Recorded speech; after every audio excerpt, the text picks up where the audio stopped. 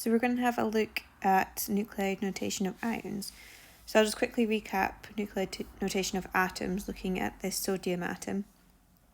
So we know that our nuclide notation is made up of different parts. So we've got this first part here, which is the element. We've got our atomic number here and our mass number up here. Remember, the top number should always be larger than the bottom number.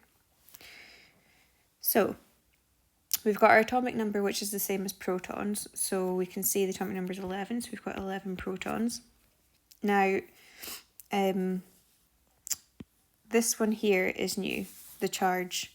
So at the moment we have nothing in this space here, no positives, no negatives, which means the charge is neutral. So if the charge is neutral, we know that protons and electrons must be equal, so we've got 11 electrons then. The mass number we know is the protons plus the neutrons. So if our mass number is 23 and we have 11 protons, we must have 12 neutrons. So here we've got an example of a sodium ion. So over here on the right, I've drawn out the sodium atom for you to show that we've got this one outer electron. So when the sodium becomes an ion, it'll lose this outer electron so that it's got this full electron shell. So if we have a look at this again, we've got our atomic number is still 11, so we still have 11 protons. Our electrons, so we've lost an electron, which has given us this positive sign. So we've got one less electron than we do protons. So we then have 10 electrons.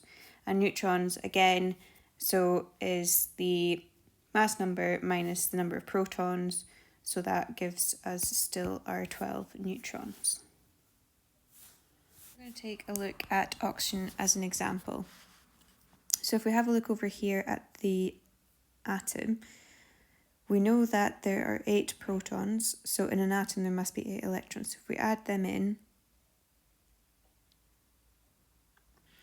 and then for it to become an ion, it's going to gain 2 more electrons. So now we have a look at the nuclide notation. So we've got our atomic number here, which is 8.